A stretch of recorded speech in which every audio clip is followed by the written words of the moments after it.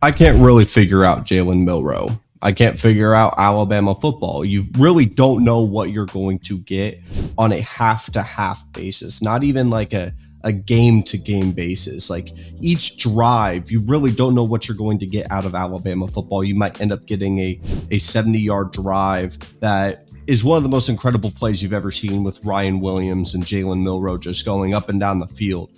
And then the next drive, it looks like they can't even complete a simple slant pass. I think the identity that Alabama football has taken on is very similar to the identity of what Jalen Milroe is as a player. And in my opinion, I think Jalen Milroe is a flawed superstar. But what do I mean by flawed superstar? I mean, he's a star. He can make any play on the field. He has the downline speed that only one-of-one athletes can just dream of having. He has the arm talent that can rival damn near anyone else in all of college football. So what would make him flawed is what we're going to dive into today. This is not a piece about what is wrong with Jalen Milroe, why he's a bad quarterback. That's not the goal of this video. It's more to bridge the gap as we slowly but surely approach the 2025 quarterback class. What is the gap between the baseline of Jalen Milroe to his ceiling? Because I think that ceiling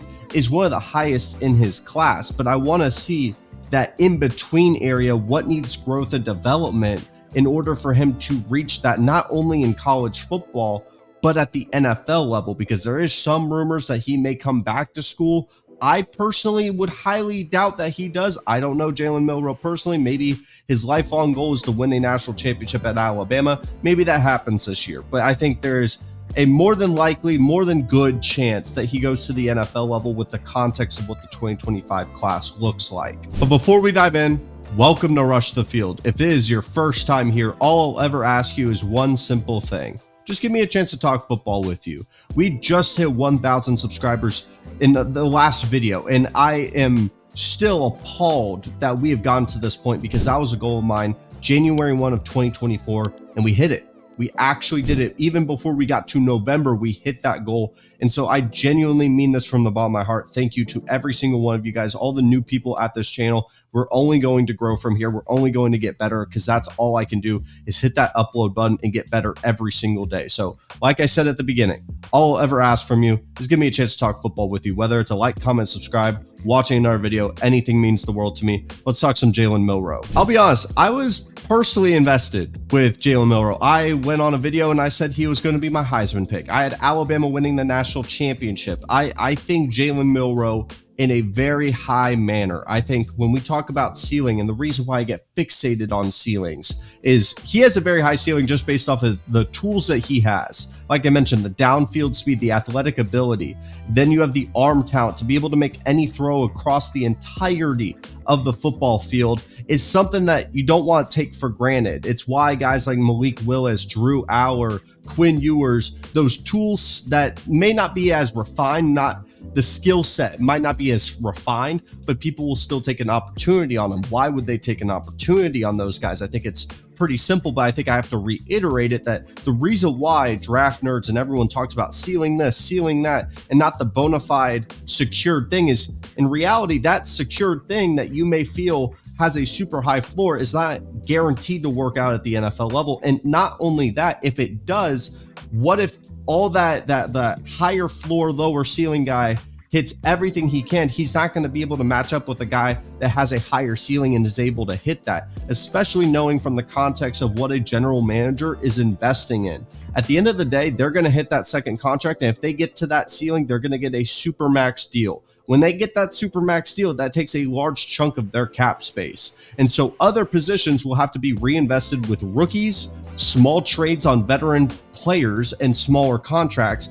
The best way to put it, other positions will not be able to have the same like salary capital to be able to be invested in, because the quarterback takes so much of that when they hit that second contract. And so with that in mind, you want a guy that has a ceiling that can mitigate the problems from other positions. It's just the life of a quarterback. That's why we take risks on guys like Anthony Richardson. That's why we take risks on guys like Will Levis, who potentially could hit that ceiling, and then you get to that second contract and you don't have to worry about it. We see with Patrick Mahomes being able to uplift the other positions even though they can't afford a guy for like Tyreek Hill for multiple years. But it's also the problem when you see a guy like, I guess, the Dolphins and Tua taking the injuries out of it. Even if Tua was fully healthy every single year, part of the issue is you don't feel confident that that arm talent and his lack of creative ability behind the line of scrimmage and that mobility can uplift maybe a bad offensive line, maybe some bad weapons. That's part of the big issue. And that's why a lot of people, when we get to draft time, get so fixated on ceilings. It's not the end all be all, but it's definitely something to consider. And when we talk about Jalen Milroe, I think he has one of the highest, if not the highest ceiling in a quarterback class that has the notion of kind of being middle of the pack. No disrespect to Shedeur Sanders, Cam Ward. We're not here to talk about them. We're going to mainly talk about Jalen Milroe today. So what does 2024 look like for Jalen Milroe? Obviously 2023, you get benched. It's a different situation. You go from Nick Saban to Kalen DeBoer. You have Ryan Williams, the 17-year-old. I'm not going to make a joke. I made plenty of them on this channel. Everything has changed. And so you go into this new offense that's supposed to support a quarterback. You can't make the one-to-one comparison, though, of what happened at Washington with Michael Penix Jr., McMillan, Roma Dunze, that entire offense. I think the quality was a lot higher, especially with that offensive line. Though Alabama has talent, the continuity and the quality just in general with Washington was a lot higher. So I'm not going to make that one-to-one comparison that, oh, because Jalen Milroe has not been as consistent this year, that it's a more of a failure on Kalen DeBoer to not uplift it. I think these are two very different quarterback skill sets compared to Michael Penix and Jalen Milroe. And one of the biggest problems I have with Jalen Milroe is his level of consistency. Like I said at the beginning, you don't know what you're going to get from this Alabama offense. I think the identity of what he has become in 2024, which is an inconsistent quarterback. And we'll talk about what I mean by that, because I don't like using these blanket statements. And we're going to go to the whiteboard and talk about it of, oh, he's just inaccurate. He's not consistent in being able to throw the ball. What portion of the field is he inconsistent on? Why? And what about the wide receivers? And what is he supposed to anticipate? Like, that's what we're going to dive into. And Milroe, I mean, the problem and what I get so fixated on is that first half with Georgia, like a lot of people are with Alabama. And it's for fair reason, because it's one thing with the hypothetical, right? Like Anthony Richardson, hypothetically, when he puts it all together, you haven't really seen a full game from him potentially in his career where everything's been put together at a high level. And you're like, if he could just replicate that performance, you have this insanely good quarterback. With Jalen Milroe, I saw that first half. I can't unsee that. And the dude was I think the best player in the world in that moment, if that makes sense. In that specific game, he was the best player in the country. And it felt like that offense had flow to it. It felt like they were calling the right plays. They were able to execute at a high level. He was executing at a high level. Second half it comes around. There's adjustments. Kirby Smart's one of the best defensive minds in all of college football. And he's not as effective, but you get a big lead. You kind of chalk it up to you kind of put your foot off the gas. Georgia makes it a close game. Then you're able to turn it back on. Ryan Williams makes an incredible play and you win the game. Then you go to Vanderbilt. I don't even think Jalen Milroe played bad against Vanderbilt. They were able to score at will when they had the ball. The problem was the execution on the defensive side of the ball. I've talked about it on this channel. Their discipline was not there. And Alabama in general has not been disciplined for about 3 years. It's not just a Kalen DeBoer thing. They've been one of the more penalized teams in the country, which is a wild thing to think about. But then we get to Tennessee, and the concerns I have with Jalen Milroe as a player, which we're about to dive into, are rooted in that Tennessee game. And I think if you take what happened in that game and expand it and look at the flaws across the board, he has definitely improved from 2023, but there's a major gap within his game that I think limits from him taking that leap to get a little bit closer to that ceiling of what he could be at the next level. If he's not able to bridge that gap sooner rather than later, I like the biggest thing with Jalen Milroe when we talk about the NFL level is I think he's going to be a later potential first round pick, and an NFL offense is going to have to adjust around him to give him that runway to continue building up to that ceiling.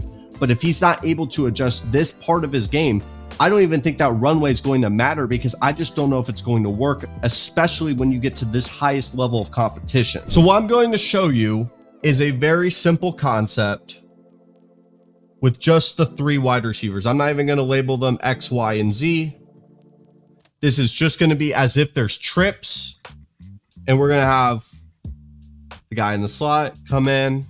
It's going to be a little bit deeper, and then you're going to have this guy deep on a post, and you don't even need to see the full post for me to get this point. Let's get the arrows in. Never said I was Picasso, folks. And so I would say the distance between this and the line of scrimmage is about 5-ish yards. Distance is going to be intermediate. It's going to be about, let's do 20 to 5. And then obviously 20 plus. You'll see what I'm talking about here in a minute. So this is a levels concept, very simply put.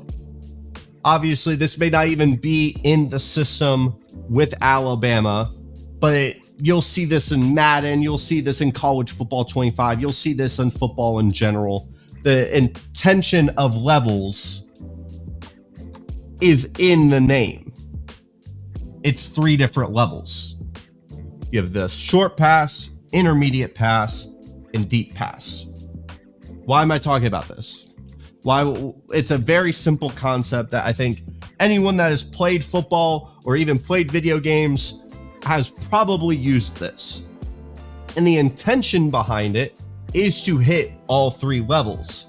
So why am I bringing it up for Jalen Milroe though? The problem is, I think he is really good in this first area. Sometimes, I think in 2023, he was not that good. But now in 2024, he's improved in the short area. One of the things with the Georgia game that I was super impressed by, and you can go watch my preview video on it, I thought the thing that Georgia was going to be able to do was put 2 safeties at the very top, take away this area of the field, the deep area, the 25-yard shot plays, basically put an umbrella around it and say, Jaylen, I want you to beat me by throwing the ball in short passes. Simple enough, right? I feel like for a quarterback, that would be something enticing. It'd be easy to do. And a lot of it is timing, basically. With the talent that these Georgia linebackers have and the speed and the athleticism, when you're having to be playing a short game, a lot of it's based on anticipation. Because, for example, let's take away this deep post, and it is just a simple hitch route. This could be I gotta do this in a better way. We're gonna split this up. You're gonna run a simple hitch route right here. Jalen Milroe in 2023, this very simple way of putting it, would most likely wait until he gets to this point to throw the ball. Everything in football is happening in such a quick amount of time. I'm sure if you've watched the Pat McAfee show, you know with field goal kicks, it's happening in like 0.7 seconds. Everything from snap to catch to hold has to happen in such a quick way. Same can be said for football across the field, especially knowing as you get to the highest level of athleticism, SEC football is about as close as you're going to get to the NFL, even though that gap is massive as well. He would throw it right as that player gets to that point. When in reality, you got to throw it right as he breaks it. You got to anticipate that he gets open. I know these are very simplified terms, but you know, a lot of people hear these buzzwords of anticipate, timing. And I want to dive a little bit deeper in that. That's part of this channel, is to, you know, level the playing field. I'm not going to get super nerdy about this, but I also want people that, you know, hear all these words to redefine the definition. And Milroe, I didn't think could be able to make that throw consistently. It could be even in a drag route, throwing it where the guy isn't having to turn back and catch the ball. Little things like that could be the difference between 3 or 5 yards because of how quick the game is going. So let's go ahead and put this post route back up. So we have the post route back on the board. So I didn't think Milroe was going to be consistent in the short part of the field. And he was really good. I mean, it was the best I had seen all in his career, and being able to take what the defense gives him. There's going to be someone open. You just have to anticipate them getting open and throw the ball with a lot of throw power and be able to get to them on time so that they can catch it and turn.